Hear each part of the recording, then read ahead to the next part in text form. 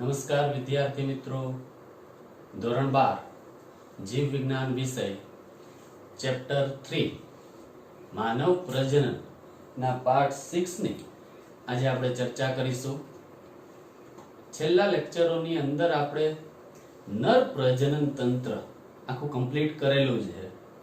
નર પ્રજનન તંત્રના મુખ્ય અંગો, સહાયક પ્રજનન ગ્રંથિઓ અને શુક્રકોષ નિર્માણની પ્રક્રિયા એટલે કે શુક્રકોષ જનનની ક્રિયા અને શુક્રકોષની રચના જે આપણે ભણી ગયેલા છે. હવે આજના લેક્ચરની અંદર આપણે માદા પ્રજનન તંત્ર ની શરૂઆત કરવાના છે. માદા પ્રજનન તંત્રની શરૂઆત કરતા પહેલા વિદ્યાર્થી મિત્રો તમે આનો એક સ્ક્રીનશોટ લઈ લો, એટલે ઝડપથી ફરીથી તમારે રિવિઝન કરવું હોય તો એ તમે સરળતાથી કરી શકો. અહીંયા શોર્ટમાં તમને આખી કઈ રીતના યાદ રાખવું અને કઈ રીતે પરીક્ષામાં લખવું એટલા માટે એકવાર સ્ક્રીનશોટ લીધેલો હશે તો એ ફરીથી રિવિઝનમાં પણ કામ આવશે. ઝડપથી વિદ્યાર્થી મિત્રો પહેલા એક સ્ક્રીનશોટ લો અને આકૃતિ પણ ડ્રો કરવામાં તમને મદદ કરશે. ચાલો લઈ લીધો વિદ્યાર્થી મિત્રો સ્ક્રીનશોટ. હવે આપણે થિયરીની શરૂઆત કરીએ. માદા પ્રજનન તંત્ર થિયરી આ રીતે પૂછાઈ શકે કે માદા પ્રજનન તંત્રના મુખ્ય અંગો વર્ણવો અથવા ટૂંક નોંધ લખો માદા પ્રજનન તંત્ર અથવા આકૃતિ સ માદા પ્રજનન તંત્ર સમજાવો. ચાલો માદા પ્રજનન તંત્રની શરૂઆત કરીએ તો માદા પ્રજનન તંત્રનું પહેલા તો સ્થાન નિતંબ પ્રદેશમાં. માદા પ્રજનન તંત્રનું સ્થાન, પહેલો ટોપિક યાદ રાખજો, માદા પ્રજનન તંત્રનું સ્થાન તો નિતંબ પ્રદેશની અંદર માદા પ્રજનન તંત્ર આવેલું છે. અંગો, માદા પ્રજનન તંત્રની સાથે સંકળાયેલા અંગો કયા કયા? તો પહેલા એક જોડ અંડપિંડ, એક જોડ અંડપિંડ, એક જોડ અંડપિંડ માદા પ્રજનન તંત્રની અંદર, એક જોડ અંડવાહિની, એક જોડ અંડવાહિની એટલે એક જોડ અંડપિંડ, એક જોડ અંડવાહિની, ગર્ભાશય,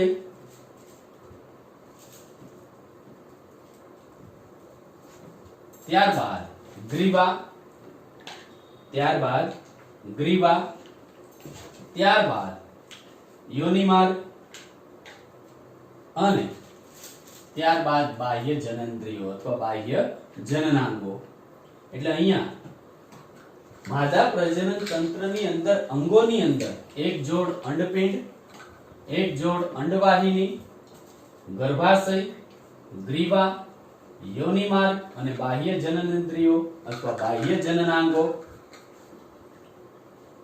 ચાલો, અને એક જોડ સ્તન ગ્રંથિ એ રચનાત્મક અને ક્રિયાત્મક રીતે સંકળાયેલી છે માદા પ્રજનન તંત્ર સાથે, જે સહાયક પ્રજનન ગ્રંથિ તરીકે જ વર્તે છે. એક જોડ સ્તન ગ્રંથિ જે રચનાત્મક અને ક્રિયાત્મક રીતે સંકળાયેલી છે માદા પ્રજનન તંત્ર સાથે. એટલે પહેલા તો માદા પ્રજનન તંત્રનું સ્થાન, તો સ્થાન યાદ રાખવાનું નિતંબ પ્રદેશમાં.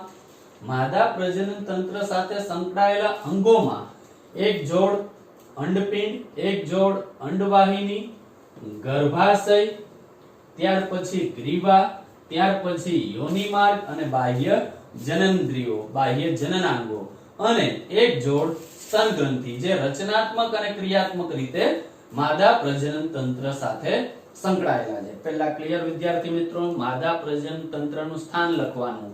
તો માદા પ્રજનન તંત્રનું સ્થાન તો કે નિતંબ પ્રદેશમાં. કયા કયા અંગો માદા પ્રજનન તંત્ર સાથે સંકળાયેલા છે? તો યાદ રાખવાનું કે અંડપિંડ, અંડપિંડ એક જોડ અંડવાહિની, ગર્ભાશય, ગ્રીવા, યોનિમાર્ગ અને બાહ્ય જનનેન્દ્રિયો અને એક જોડ સ્તન ગ્રંથિ. ક્લિયર વિદ્યાર્થી મિત્રો? ચાલો હવે એમાં શરૂઆત કરીએ પહેલા આપણે અંડપિંડની. અંડપિંડ અહીંયા જે દર્શાવેલા છે એ અંડપિંડ, એક જોડ અંડપિંડ. ચાલો, અંડપિંડ તો અંડકોષો, એનું કાર્ય શું? તો કે અંડકોષો અને સ્ટીરોઇડ અંતઃસ્ત્રાવો ઉત્પન્ન કરે છે. અંડકોષ અને સ્ટીરોઇડ અંતઃસ્ત્રાવો ઉત્પન્ન કરવાનું કાર્ય કોનું? તો કે અંડપિંડનું. એટલે અંડપિંડમાંથી અહીંયાથી શું ઉત્પન્ન થાય? તો કે અંડકોષો ઉત્પન્ન થશે. એની સાથે સાથે શું ઉત્પન્ન થાય? તો કે અંતઃસ્ત્રાવ ઉત્પન્ન થશે અંડપિંડમાંથી. કયા અંતઃસ્ત્રાવ? તો કે ઇસ્ટ્રોજન અને પ્રોજેસ્ટેરોન. એટલે સ્ટીરોઇડ અંતઃસ્ત્રાવ પણ ઉત્પન્ન કરે. તમે ધોરણ 11 ની અંદર છેલ્લા ચેપ્ટર ની અંદર અંતઃસ્ત્રાવ ચેપ્ટર ની અંદર અંતઃસ્ત્રાવ વિશે વિસ્તૃતમાં ભણી ગયેલા છો, જેમાં મુખ્ય બે પ્રકારો હતા, પેપ્ટાઇડ અંતઃસ્ત્રાવ અને સ્ટીરોઇડ અંતઃસ્ત્રાવ. એટલે અહીંયા જે અંતઃસ્ત્રાવ અંડપિંડમાંથી જે ઉત્પન્ન થાય ઇસ્ટ્રોજન અને પ્રોજેસ્ટેરોન એ કયા પ્રકારના છે? તો યાદ રાખવાનું સ્ટીરોઇડ પ્રકારના. એટલે અહીંયા સ્ટીરોઇડ અંતઃસ્ત્રાવ એવું આપેલું છે. સ્ટીરોઇડ અંતઃસ્ત્રાવો ઉત્પન્ન કરે છે. કયા અંતઃસ્ત્રાવો? તો કે ઇસ્ટ્રોજન અને પ્રોજેસ્ટેરોન. ક્લિયર વિદ્યાર્થી મિત્રો? એટલે અંડપિંડમાંથી શું ઉત્પન્ન થશે? તો કે અંડકોષ અને સ્ટીરોઇડ અંતઃસ્ત્રાવો ઉત્પન્ન કરે છે. ચાલો હવે આગળ વધીએ. સ્થાન એનું તો ઉદરના નીચેના ભાગે, આ ઉદર પ્રદેશ, એના નીચેના ભાગે બંને બાજુએ એક એક. એટલે આ ઉદર પ્રદેશના નીચેના ભાગે બંને બાજુએ એક એક. એટલે અહીંયા એક, આ એક જોડ. લંબાઈ એની તો યાદ રાખવાનું, લંબાઈ 2 થી 4 સેન્ટીમીટર. 2 થી 4 સેન્ટીમીટર. 2 થી 4 સેન્ટીમીટર એની લંબાઈ હશે અંડપિંડની. ત્યારબાદ સંપર્ક કોની સાથે? હવે આકૃતિ સાથે જ આપણે એને સમજવાનું, સરળતાથી એ સમજ પડશે. નિતંબની દિવાલ, અહીંયા જે દિવાલ હશે નિતંબની દિવાલ, આ ગર્ભાશય અને અસ્થિબંધ, અહીંયા જે હશે અસ્થિબંધ સાથે જોડાયેલું હોય. અંડપિંડ કોના સંપર્કમાં હોય? તો કે નિતંબની દિવાલ સાથે, ગર્ભાશય અને અસ્થિબંધ સાથે. એટલે ત્રણ શબ્દો એમાં યાદ રાખવાના. કોની સાથે સંપર્કમાં હોય અંડપિંડ? તો અંડપિંડ નિતંબની દિવાલ સાથે, પહેલું નિતંબની દિવાલ સાથે, બીજું ગર્ભાશય સાથે અને ત્રીજું અસ્થિબંધ સાથે. એટલે આકૃતિની અંદર અહીંયા જો આ નિતંબની દિવાલ, આ ગર્ભાશય અને અહીંયા અસ્થિબંધ રહેલા હશે. એટલે નિતંબની દિવાલ, ગર્ભાશય અને અસ્થિબંધ સાથે અંડપિંડ સંપર્કમાં હોય છે. ક્લિયર વિદ્યાર્થી મિત્રો? એનો સંપર્ક. આવરણ, હવે પાતળા અધિચ્છદીય આવરણથી આવૃત હોય. પાતળા અને ફરતે અંડપિંડ જે હશે એ પાતળા અધિચ્છદીય આવરણથી આવૃત હશે. આવરણથી આવૃત હોય છે, જે અંડપિંડીય આધારકને આવરે છે. જે અંડપિંડીય આધારકને આવરવાનું કાર્ય કરે છે. એટલે આવરણ એની ઉપર તો કે પાતળા અધિચ્છદીય આવરણથી આવૃત, જે અંડપિંડીય આધારકને આવરવાનું કાર્ય કરે છે. આધારક, હવે આ ખાસ, આધારક બે વિસ્તારમાં વિભાજિત. અહીંયા જે આધારક હશે બે વિસ્તારની અંદર વિભાજિત હશે. એક પરિવર્તીય બાહ્યક, એટલે અહીંયા બહારનો જે વિસ્તાર હશે, બહારનો વિસ્તાર જે હશે એ પરિવર્તીય બાહ્યક તરીકે હશે, અને વચ્ચેનો જે વિસ્તાર હશે અંદરનો એ મજ્જક તરીકે. જો આધારકની અંદર બે વિસ્તારમાં વિભાજિત આખું થયેલું હશે, એમાં પરિવર્તીય બહારનો જે વિસ્તાર હશે એ બાહ્યક, અંદરનો જે આ અંદરનો વિસ્તાર એ મજ્જક. એટલે બે ભાગમાં વિભાજિત થયેલું હોય. ક્લિયર વિદ્યાર્થી મિત્રો? અહીંયા સુધી આપણે વાત કરી અંડપિંડ. એટલે બે ગુણની અંદર માત્ર ખાલી પૂછાય ટૂંકમાં સમજાવો અંડપિંડ, તો અહીંયાથી અહીંયા સુધી આપણે લખવાનું. એટલે શોર્ટમાં પણ પ્રશ્ન આવી શકે. આ ચેપ્ટરમાંથી 2-4 ગુણમાં પૂછાવાની સંભાવના ખરી, તો એમાં 2 ગુણના 2 પ્રશ્નો પૂછી નાખે. તો અહીંયા પૂછી નાખે ટૂંકમાં સમજાવો અંડપિંડ, ત્યાર પછી પૂછી નાખે ગર્ભાશય ટૂંકમાં સમજાવો, અથવા ગર્ભાશયની દિવાલ સમજાવો. એટલે ખાલી માત્ર અંડપિંડ આવે તો અહીંયા સુધી જ લખવાનું. જો અંડપિંડની અંદર પહેલા તો એનું કાર્ય શું? તો કે અંડકોષ અને સ્ટીરોઇડ અંતઃસ્ત્રાવ ઉત્પન્ન કરે.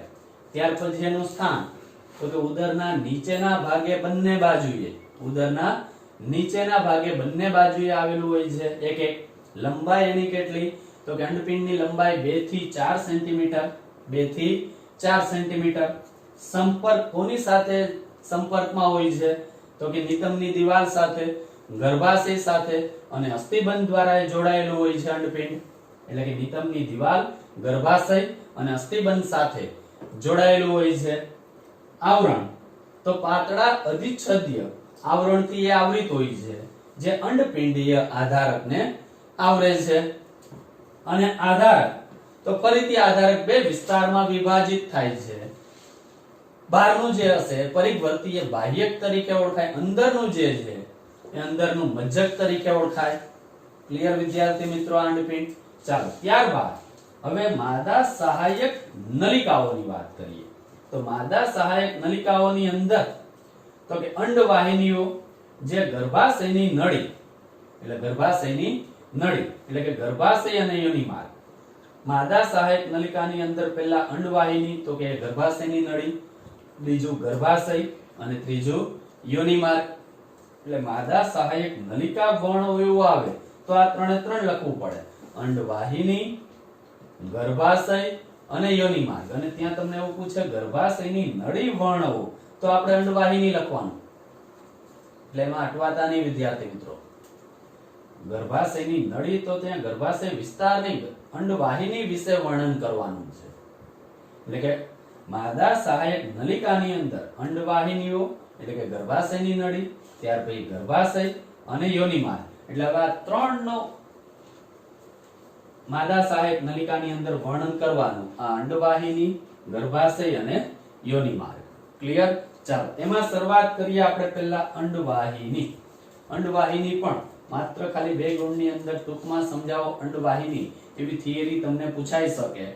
તો અંડવાહિનીની અંદર અહીંયાથી શરૂઆત કરીને અહીંયા સુધીનો વર્ણન એ અંડવાહિનીમાં કરવાનું થાય છે. ચાલો અંડવાહિની તો હવે એનું પહેલા સ્થાન. અંડવાહિનીનું સ્થાન તો કે અંડપિંડના પરિઘ વિસ્તારથી ગર્ભાશય સુધી લંબાયેલી નળી.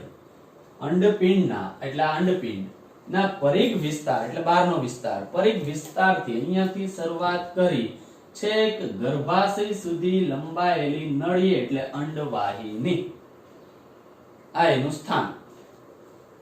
સ્થાન જો અંડપિંડના પરિઘ વિસ્તારથી શરૂઆત કરી અહીંયાથી શરૂઆત કરી છેક ગર્ભાશય સુધી, આ ગર્ભાશય સુધી લંબાયેલી નળી એટલે અંડવાહિની. ક્લિયર? આ એનું સ્થાન અંડવાહિનીનું. લંબાઈ એની કેટલી? તો લંબાઈ 10 થી 12 સેન્ટીમીટર. આ એની લંબાઈ. આ લંબાઈ કેટલી હશે? તો કે 10 થી 12 સેન્ટીમીટર. એટલે આપણે અહીં યાદ રાખવાનું 10 થી 12 સેન્ટીમીટર એની લંબાઈ હશે. એટલે બે લંબાઈ અહીંયા યાદ રાખવાની. એક અંડવાહિનીની લંબાઈ આવે તો 10 થી 12 સેન્ટીમીટર. અંડપિંડ આવે, અંડપિંડ તો અંડપિંડની અંદર એની લંબાઈ યાદ રાખવાની 2 થી 4 સેન્ટીમીટર. 2 થી 4 સેન્ટીમીટર અંડપિંડની લંબાઈ. અંડવાહિનીની લંબાઈ પૂછે તો 10 થી 12 સેન્ટીમીટર. એમસીક્યુ ની અંદર ખાસ બંને 2 થી 4 સેન્ટીમીટર અંડપિંડ, 10 થી 12 સેન્ટીમીટર અંડવાહિની. ક્લિયર વિદ્યાર્થી મિત્રો એની લંબાઈ? ચાલો ત્યારબાદ અંડવાહિની નિવાહ. હવે એમાં જો આકૃતિની અંદર મેં 1, 2 અને 3 આ ત્રણ વિસ્તાર 1, 2, 3 એવા નામ આપેલા છે, જે આ બધા ભેગા થઈને અંડવાહિનીની રચના કરે છે. એટલે અહીંયા ઉપર મેં લખેલું છે 1 + 2 + 3 એટલે 3 ભેગા થઈને શું બને છે? આખું અંડવાહિની. એક ઉપર શું છે? તો કે અંડવાહિની નિવાહ. 2 ઉપર તો કે તૃંબિકા, 3 ઉપર તો કે ઇથમસ. એટલે આ 3 વિસ્તાર ભેગા થઈને શેની રચના કરશે? અંડવાહિનીની.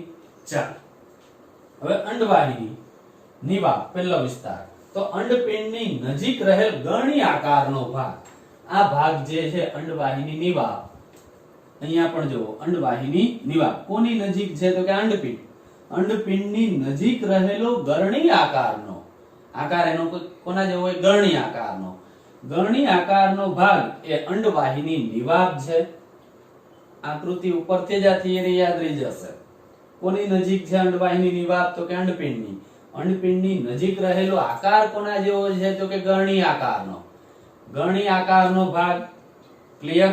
આ પેલો અંડવાહિનીની વાપ, તો કે અંડપિંડની નજીક રહેલ ગણી આકારનો ભાગ છે. ચાલો, ત્યાર પછી બીજો ભાગ ફ્રેમ્બી.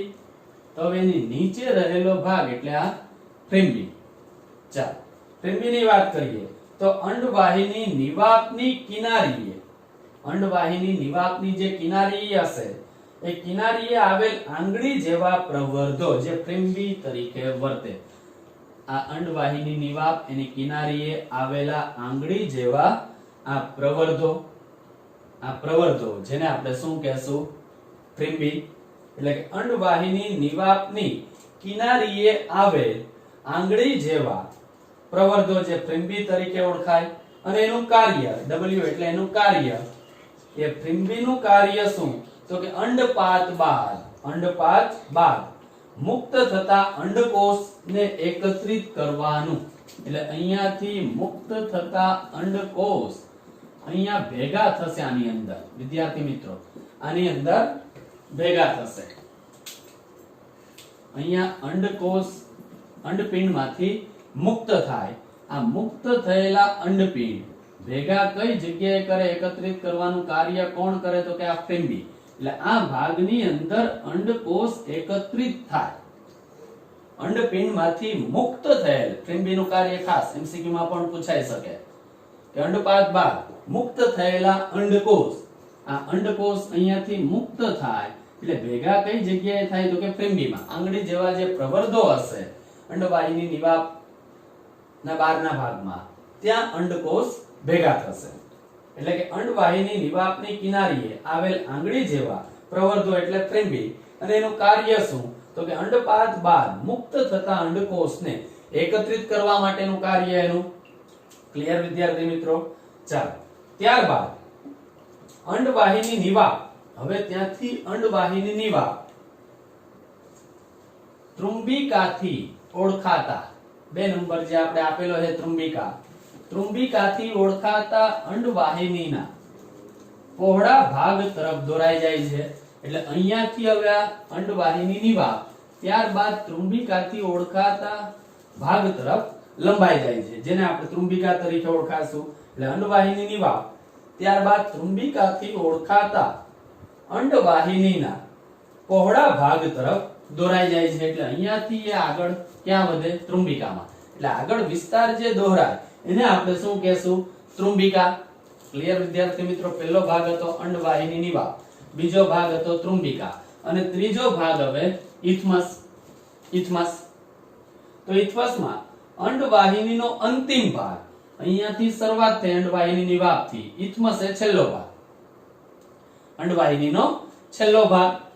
અંડવાહિનીનો અંતિમ ભાગ અને સાંકડું પોલાણ ધરાવેલ છે, સાંકડું પોલાણ ધરાવેલ છે, અને ગર્ભાશય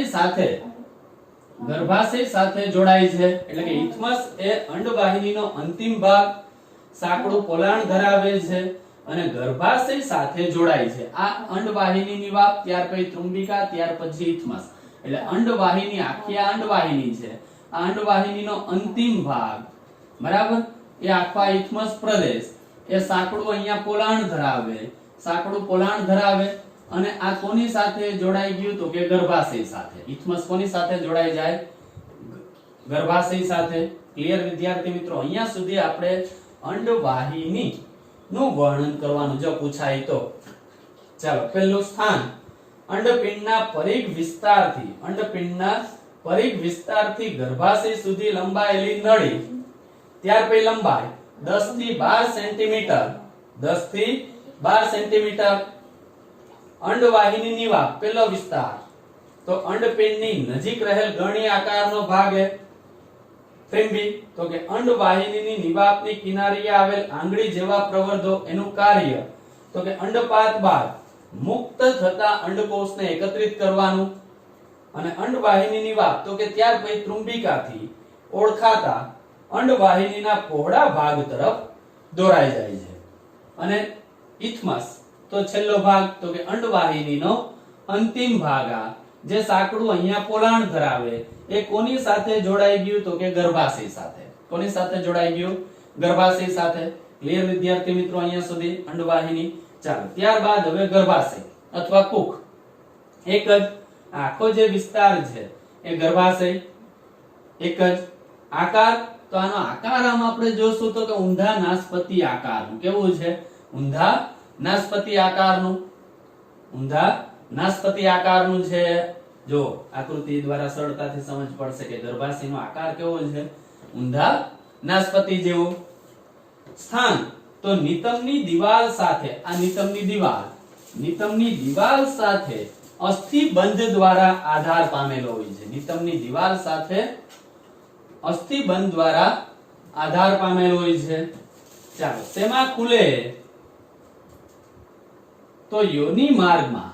અહીંયાથી આખો આ ગર્ભાશય, યોનિ માર્ગમાં સાંકડી ગ્રીવા, અહીંયા આ ગ્રીવા પ્રદેશ, ગ્રીવા દ્વારા એ ખુલશે. અહીંયા આ ગ્રીવા દ્વારા યોનિ માર્ગની અંદર ખુલશે.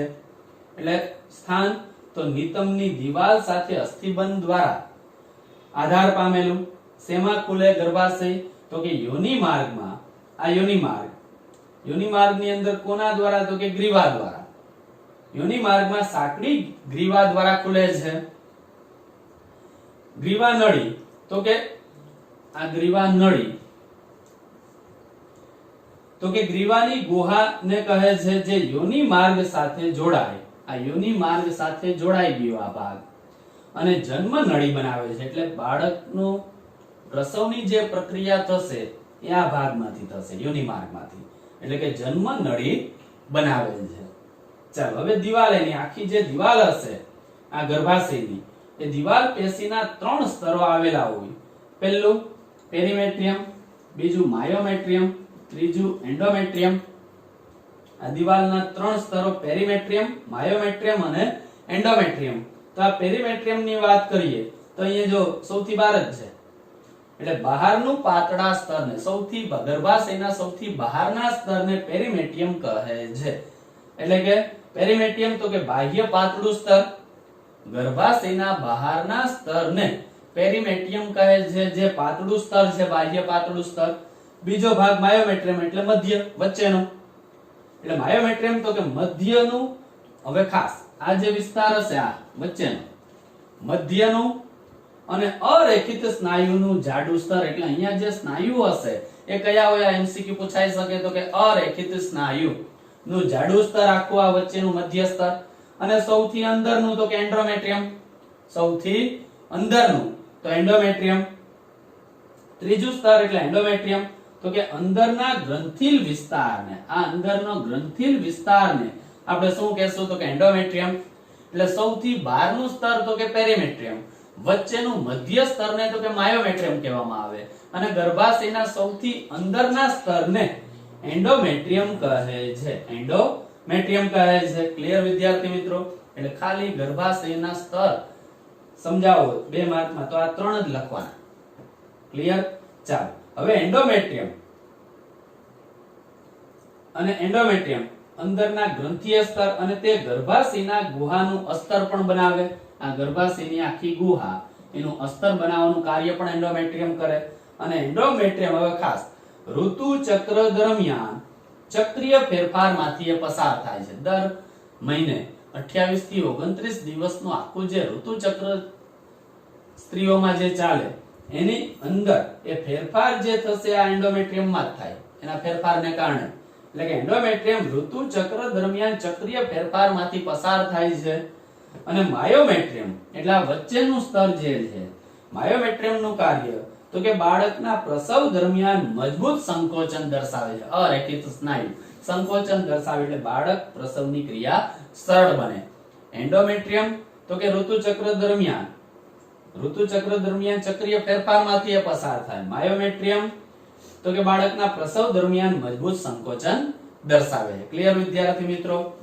અહીંયા સુધી આખી માદા પ્રજનન તંત્ર વર્ણવો તો અહીંયા સુધી આપણે લખવાનું, અને ગર્ભાશય વર્ણવો એવો આવે તો અહીંયા સુધી. ક્લિયર? 2 ગુણની અંદર પૂછાય તો. હવે આપણે એકવાર ફરીથી આકૃતિની વાત કરી દઈએ. ચાલો સૌથી પહેલા તો એક જોડ અંડપિંડ, એક જોડ અંડવાહિની, ગર્ભાશય, ગ્રીવા અને યોનિમાર્ગ. અંડવાહિનીની અંદર 3 ભાગોનું બનેલું છે. અંડવાહિનીની વાપ, તૃંબિકા અને ઇથમસ આ ત્રણ ભેગા થાય એટલે અંડવાહિની. અંડવાહિનીની વાપના આગળના ભાગે તો કે ફ્રેમ્બી આવેલી હોય. ફ્રેમ્બીનું કાર્ય તો કે અંડપાક બાદ અંડકોષ સંગ્રહ કરવાનું કાર્ય કરે. અહીંયાથી અંડકોષ અહીંયા સંગ્રહ પામશે. ત્યારબાદ આ ગર્ભાશયનો ઉપરી ભાગ જે નિતંબ પ્રદેશ સાથે સંકળાયેલો હોય, આ આખી ગર્ભાશય ગુહા. ત્યારબાદ ગર્ભાશયના ત્રણ ભાગો એન્ડોમેટ્રિયમ, માયોમેટ્રિયમ અને પેરીમેટ્રિયમ. એની ઉપર ગ્રીવા, ત્યાર પછી ગ્રીવા નલિકા, જેને આપણે ગ્રીવા નલિકાને જન્મનળી તરીકે પણ ઓળખી શકીએ. અને છેલ્લે યોનિમાર્ગ. આ માદા પ્રજનન તંત્રના ભાગોની વાત કરી. હવે આ થિયરી 2 થી 3 વાર ફિગર પણ ડ્રો કરશો એટલે સરળતાથી આવડી જશે અને આકૃતિ ઉપરથી જ આ થિયરી સરળતાથી તમને સમજાઈ જશે. અહીંયા 3 ભાગો ખાસ યાદ રાખવાના. પહેલો ભાગ અંડપિંડ, બીજો ભાગ અંડવાહિની, ત્રીજો ભાગ ગર્ભાશય. અંડપિંડની લંબાઈ યાદ રાખવાની 2 થી 4 સેન્ટીમીટર. અંડવાહિનીની લંબાઈ યાદ રાખવાની 10 થી 12 સેન્ટીમીટર. અંડપિંડનું કાર્ય શું તો કે અંડકોષ અને સ્ટીરોઇડ અંતઃસ્ત્રાવ ઉત્પન્ન કરવાનું. સ્ટીરોઇડ અંતઃસ્ત્રાવ ઇસ્ટ્રોજન અને પ્રોજેસ્ટેરોન. અંડપિંડ તો કે 2 ભાગમાં વિભાજિત, આધારક ત્યાર પછી બહારનું જે હશે બાહ્યક, અંદરનું જે હશે મજ્જક. ત્યારબાદ અંડવાહિની કઈ રીતે બને તો કે અંડવાહિનીની વાપ, તૃંબિકા અને ઇથમસ સંકળાય અને અંડવાહિની બનાવશે. અને ત્યારબાદ ગર્ભાશયના દિવાલના સ્તરો તો કે 3.